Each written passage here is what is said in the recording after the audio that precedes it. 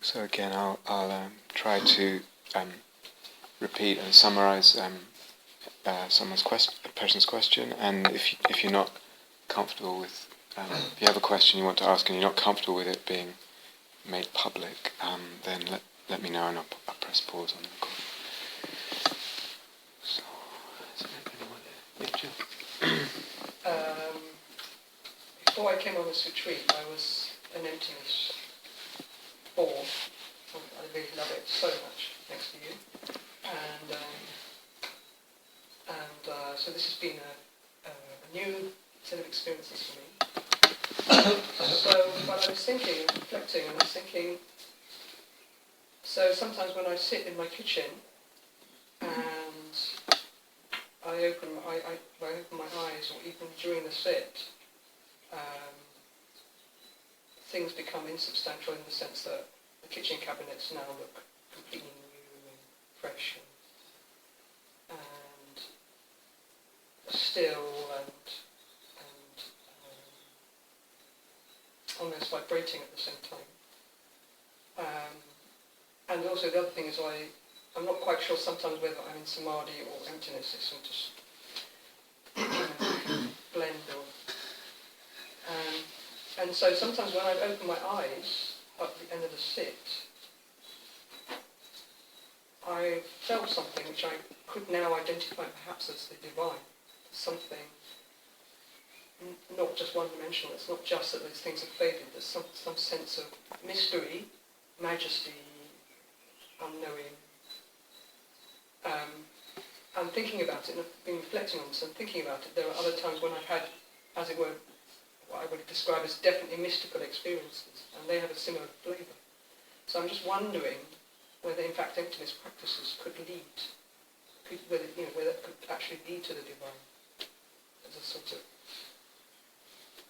pointing to that as much as you can point to the divine. So let me see if I could summarize adequately. That just saying she used to be what she calls an emptiness bore. Really interested in that. So this whole area of imaginal practice is relatively new, and we're talking a lot about divinity and mystical experiences and things. And she recognizes from the past that whether at home or here on retreat, opening the eyes after there's some stillness, not sure, and then perceiving the world as a shiny, radiant, etc., but also recognizing in hindsight that in that perception there's also some majesty and some mystical depth. But I also experienced the insubstantiality, the kind of film setty quality, the kind of, okay. That's... Yeah, with the sense of insubstantiality to perception, and not sure, am I in a state of samadhi or emptiness, and what's the relationship, and is it possible to experience the mystical opening and the divinity through emptiness? Is that right? Yeah. So thank you. So this business about actually the whole path, the whole way Buddhism is construed, and who the Buddha was, and what he tried to communicate, and where the teachings go, etc.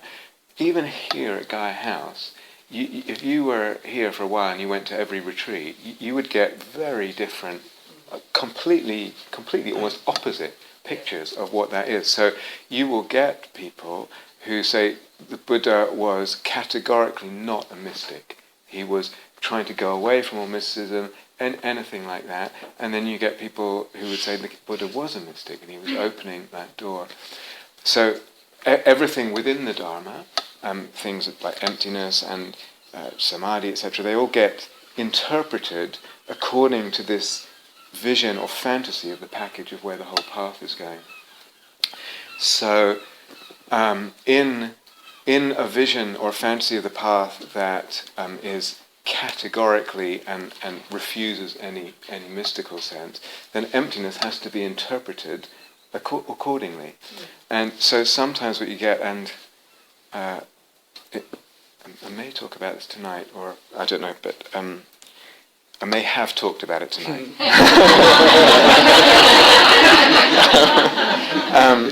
That emptiness has this kind of what I call a deflationary quality. It's a deflationary teacher. Emptiness is saying don't get excited about anything. Why? Because there's nothing behind anything or mystical. Nothing has any depth. Everything is interconnected. So nothing is worth getting excited about. And the path is essentially letting go of any kind of possibility of that. It's just meet this existence, face up to it. It's what it seems to be, and versus, and the way I would construe the whole path of emptiness is it's an opening to divinity. Like that's where it goes, absolutely, and or that's where it can go. Put it that way. That's where it can go. It may not be obvious at first with the whole way, the way, at least the way I would present the way emptiness opens up. It may be that the first thing is just a bit more cooling, a bit more spacious, a bit more ease with things, etc. But as you go deeper, and this I would again be in the almost plural of it, divinities, perceptions of divinities, different kinds of mystical experiences open up.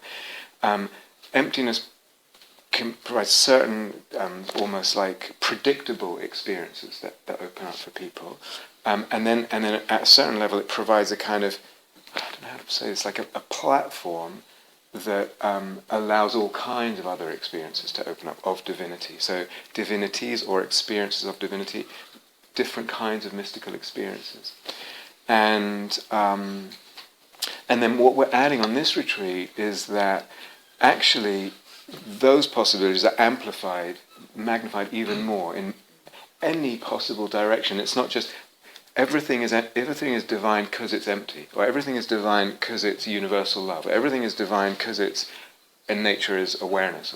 It's what starts happening with the soul-making process is the kinds of divinity and where you find them, the faces of divinity. It just multiplies in the opening, in the perception. Am I in samadhi? Am I in emptiness? The two are related. They're related by virtue of the fact that states of samadhi are states of progressively less fabrication of perception of self, other, and world. And going, so to speak, doing emptiness practices are also practices that,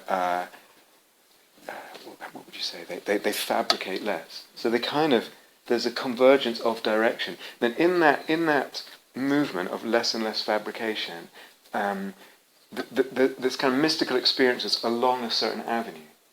Does it make sense? What we're doing is saying, hey, not just that avenue, but that avenue, that avenue, that avenue, that avenue, that avenue, that avenue, that avenue. It's infinite, and it kind of proliferates in the best sense in every possible direction, rather than just a sort of classical direction that you tend to get in most spiritual teachings that offer a more universal perspective on things, as opposed to personal deity. So that helps me a lot. I mean, I'm sort of, because that was what I was thinking, you could take that platform, or Yeah. I would prefer to call it a diving board. Okay. You could, in theory, go. Yeah. So that's one of the places where I see that the emptiness path opening out most valuably is to that creating platform, or I don't know what the best word is, legitimization, freedom to see in all kinds of different ways, and not get hung up on this idea that something needs to have some kind of objective reality. You've lost all that, and what you've got is just a freedom to play with perception in all kinds of ways. Yeah, yeah, good.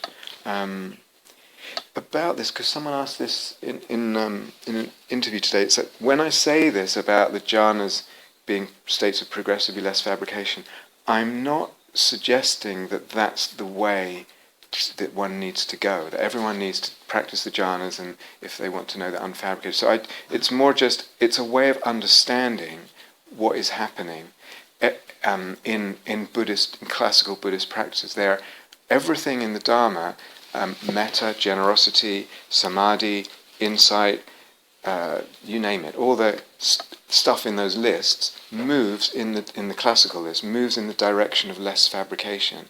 So I don't mean to suggest it's a practice that everyone needs to do the jhanas, otherwise forget about it. It's more like there's a way of understanding what that whole movement in the Dharma is. Does it make sense? It's a conceptual. So I apologise if that wasn't clear. Does that make sense? Yeah. So the ways are manifold, but there's for me there's a way of understanding things. This business about fabrication, and then what gives you the freedom to fabricate in beautiful ways. But it's not necessary that everyone needs to tread that practice path, that particular practice path. Yeah. Dave, yeah. So, Eros and cosmopoiesis. My understanding of what you said is that when there's a certain quality or force of Eros, that you get a sort of spilling over from the image. And I feel like a couple of times you sort of suggested that qualities of the image go to sort of the whole world. Mm-hmm. And I wonder, I feel like I've experienced things in a small way, but I just wonder how much that relates to what you're talking about, whether there's any more examples that you could give for that sort of, the spilling to the whole cosmos, the whole experience, rather than little flares of sort of something from an image coming up in perception. Could you give an example? Do you want to? Yeah, so, So can I just repeat your question, and then you can... So, I don't know about repeating your example, but let's figure that away. So Dave's asking, we've talked about the force of Eros being able to open up cosmopoiesis.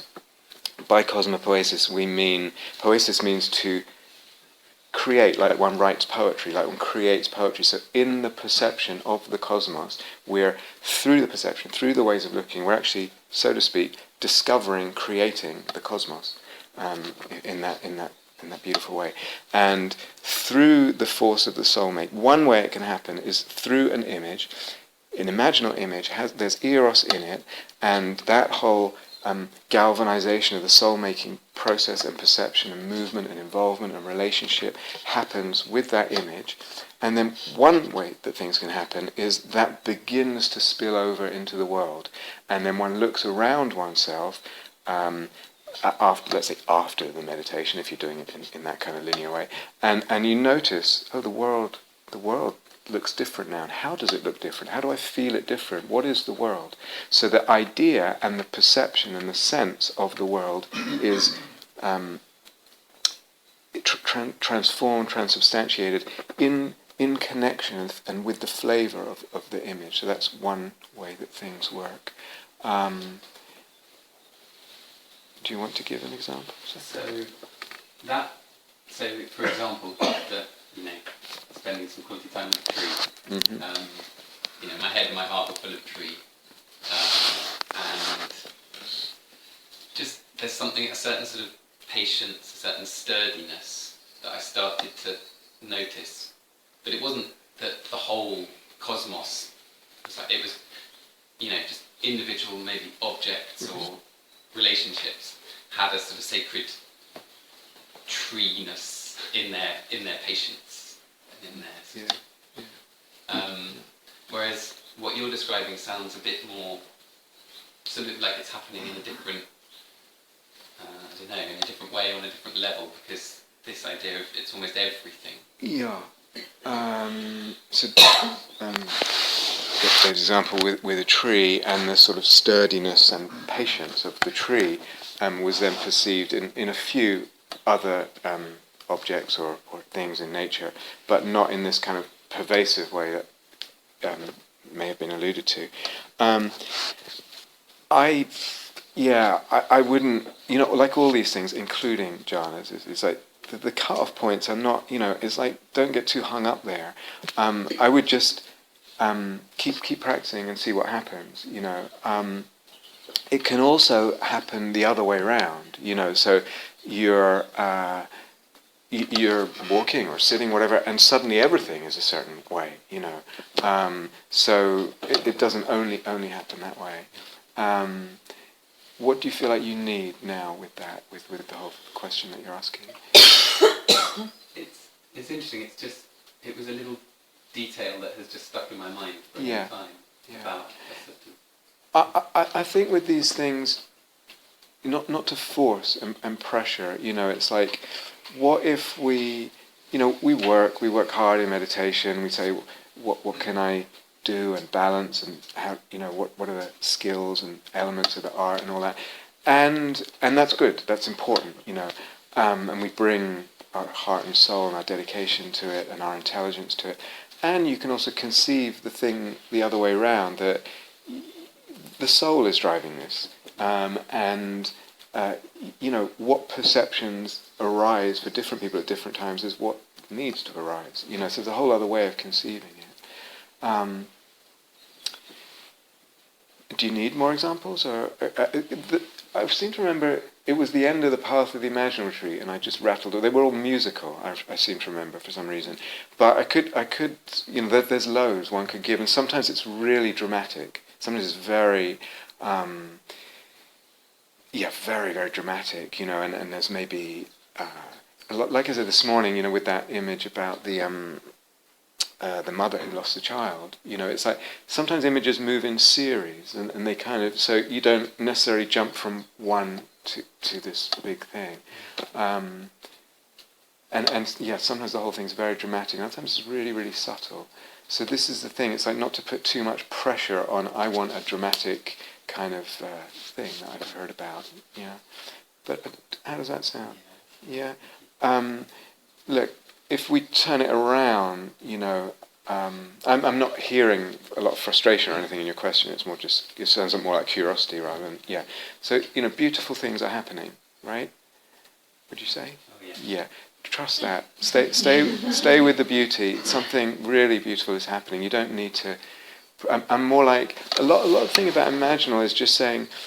It's almost like we notice things. You start to notice more and more, and some of that's just familiarity. Some of it's just attuning more, rather than making different things happen. So this whole thing about like this self, other, world, eros. What's a tripod? What's a quadrupod? Quadrupod. This thing, stool, yeah. It's like, it's not obvious at first. So the world is the cosmopoesis part in that. Usually with images, it's the object. You don't realise, like I said, do you realise that the self is actually also ignited and infused in the imaginal constellation? Not realising that, sometimes it's fine. Other times, things get really out of balance. It's like this quadrupod has lost a leg, and it's not. And we need, part of the balancing means looking around, but.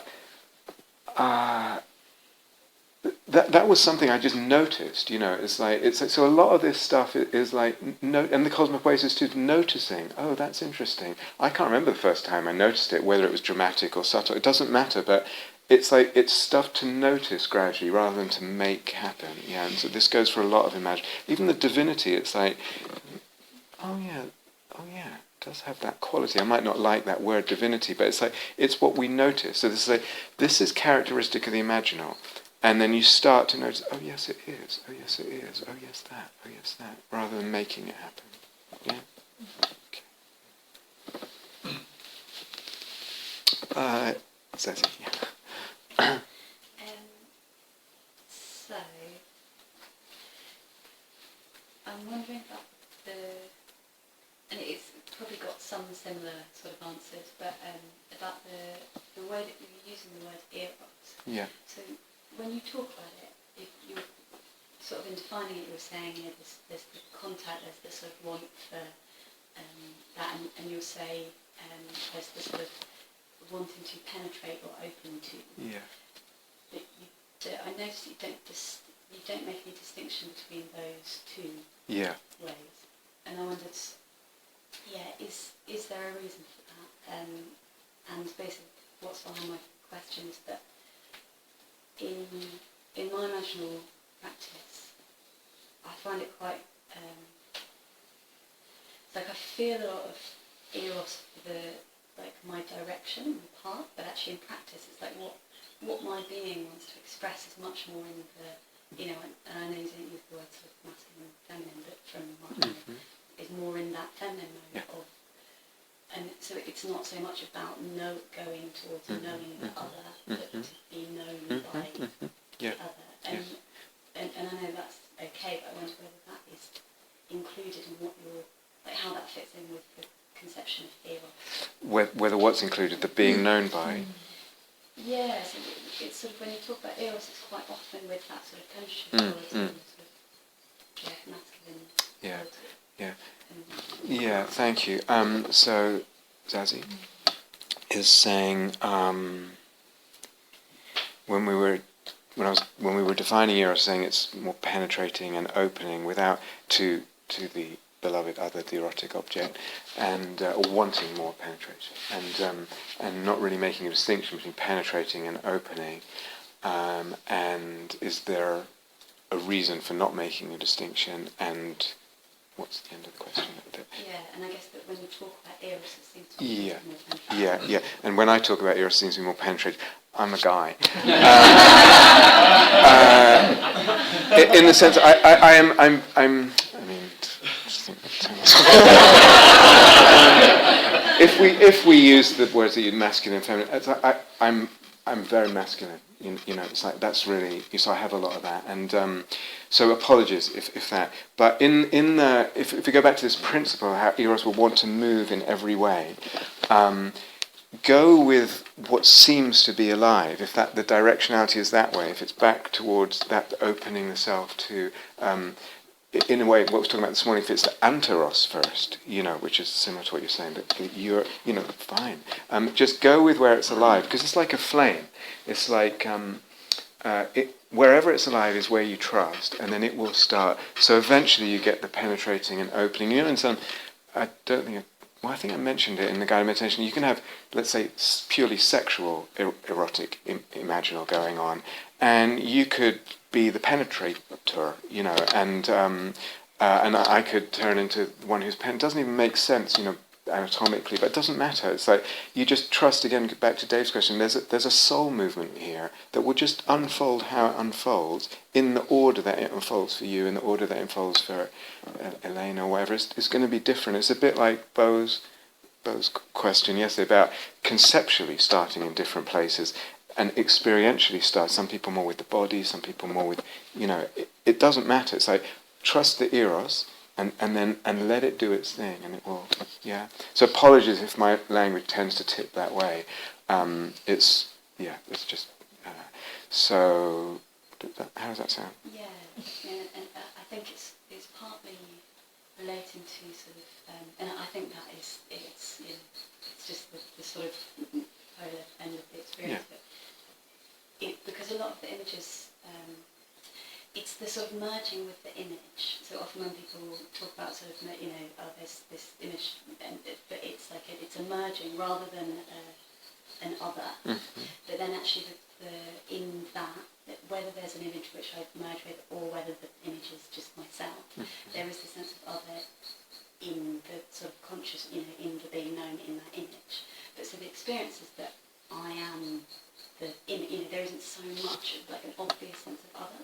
It feels like that is just the sort of feminine mode. Yeah, that's interesting. Again, I would. So I don't know how to sum that up. What you just said. It doesn't. So he's saying it doesn't seem like there's so much of an other that the self or that pole of the self other has become the principal image, and there's not so much of a duality because there's quite a lot of merging going on. Yeah. Again, I would just trust it. That when there's eros, it creates othernesses actually. So what happens is it just proliferates more and more othernesses. It's like so you become multiple. The folds of your being start proliferating, and you start. It's like it's not just Zazie. It's like this element or this dimension of my being that becomes a pole, and so there will be another beloved other, and then there will be just more and more, and so again I would just say trust it. What we're not doing is just diving. We're not doing is only diving into a kind of complete melting jhanic thing. That's fine, and I'm probably that's happened for different people. That's quite normal, but so you can let that happen, you can enjoy it, but always there's a coming out of that. It's like we don't want to get lost in that. We want to know it, and then otherness reestablishes itself in a beautiful way, or there's degrees of melting or whatever. But there will be this proliferation of othernesses but you can basically just trust, I think. Am I answering? Yes. Okay. Good. Yeah, sorry. So do you think that otherness is actually inherent in image? So rather than, if something is really imaginary, so it's like so my experience of it is mostly that the multitude is within the image of self rather than the image of... Yeah, that's fine. There'll be othernesses within that, yes.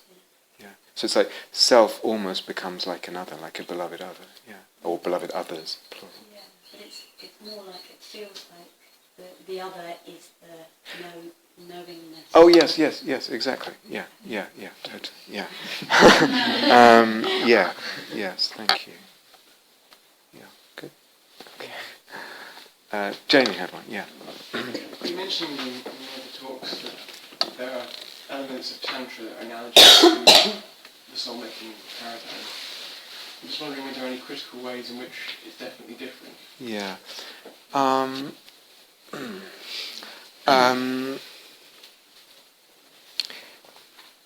There's probably lots of different ways that Tantra gets disseminated. Classical Tantra. First of all, there's Buddhist Tantra and there's Hindu Tantra and there's all kind, and then there's modern Western sexual Tantra. And so it's like, what are we talking about? But even in Buddhist Tantra, there's a lot of different kind of schools and traditions and things. One of the things that comes immediate to mind is often what you get in tantric teachings is prescribed deities with prescribed forms and prescribed colours and prescribed, meanings and all kinds of things, and that's all great and fine.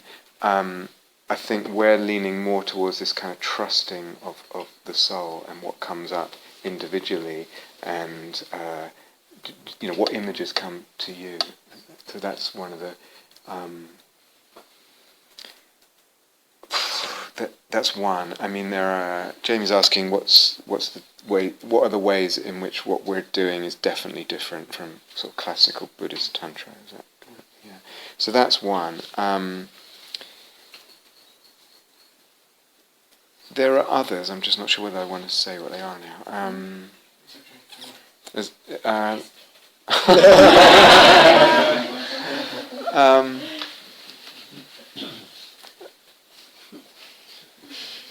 I think I won't, if that's okay. Yeah. Sorry. Yeah. Is that okay? Is that enough? Yeah.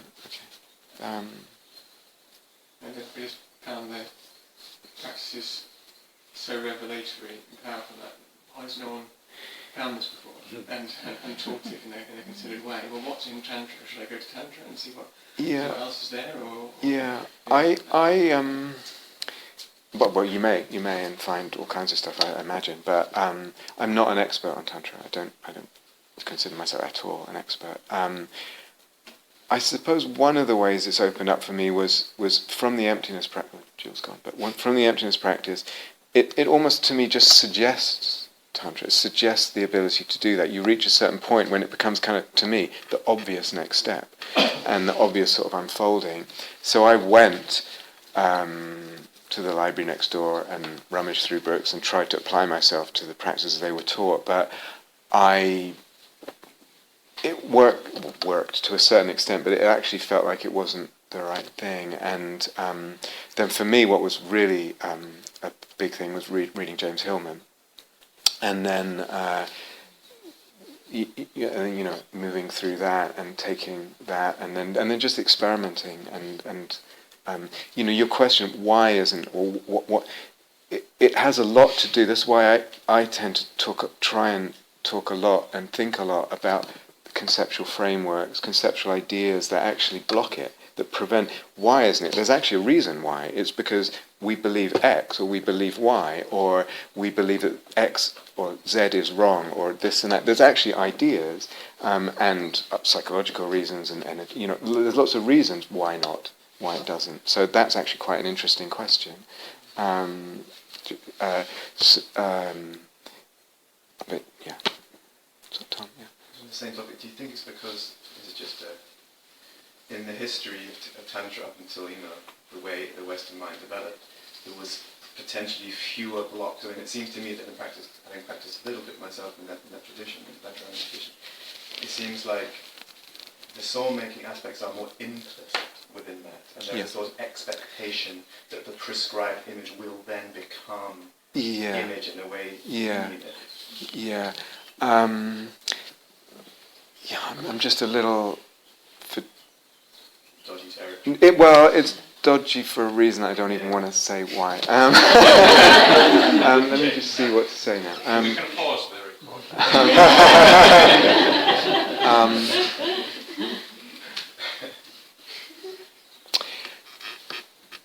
I think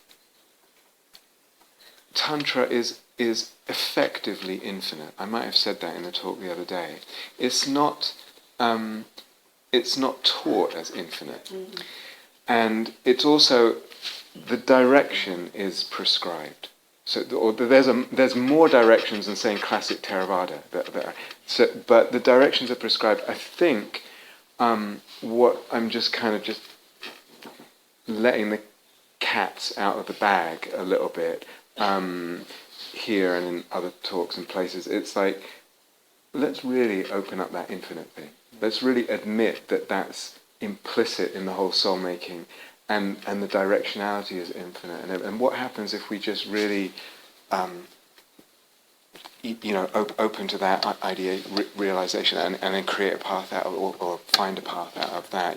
So Tantra is an odd animal. It's like, or religions are odd animals, because there's this religious fantasy which goes backwards. So I have to tie something to this authority and this logos and this image of what awakening looks like, and then some things expand. There is a soul making, but I still have to tie it to. Did you see what I mean? And there's a tension there, and there was in Tantra right from the beginning, because often, historically, probably a lot of the Tantra roots came from shamanism and village shamans and meeting kind of orthodox Buddhism and stuff. So to me it's interesting, but there's a kind of still a kind of reined inness that it's a big step to do that, but that's a bit of an answer. Is that okay? Yeah, okay. There's just someone who hasn't maybe asked, and we'll see. Anyone? Yeah, I'm happy to give it. Actually, but Bo had a hand up first. Sorry. Yeah. And this is one that could be answered or not answered, but it feels like one of the Eros practices that both of you have been seeding in us is maybe the art of asking beautiful questions. And it's sort of, I've been reflecting on how we can ask questions that elicit, you could call it images in their own likeness, that just, and so because we have literally Eros and Psyche, or vice versa, are sitting in front of us.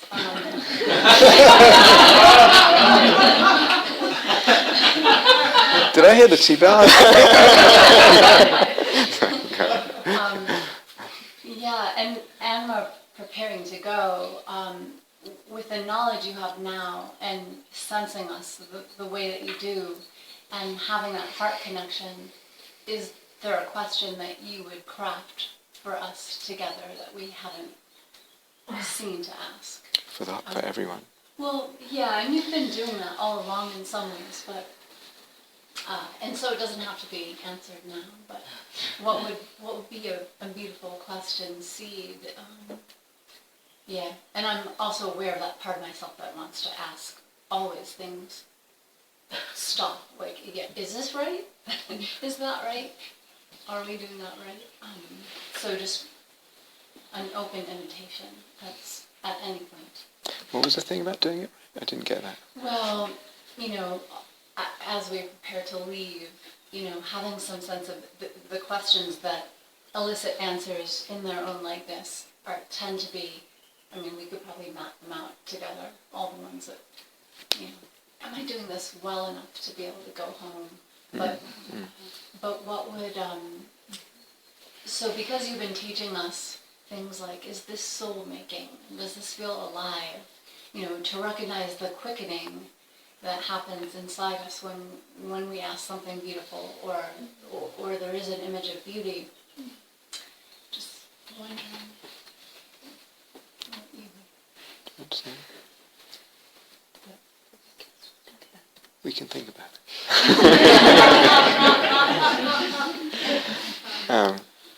Is that okay?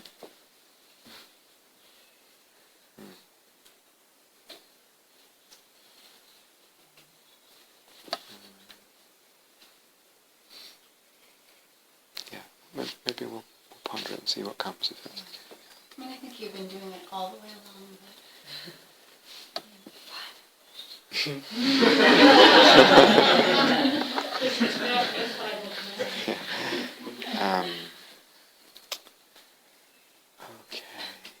Unless anyone has something burning, shall we? We might, but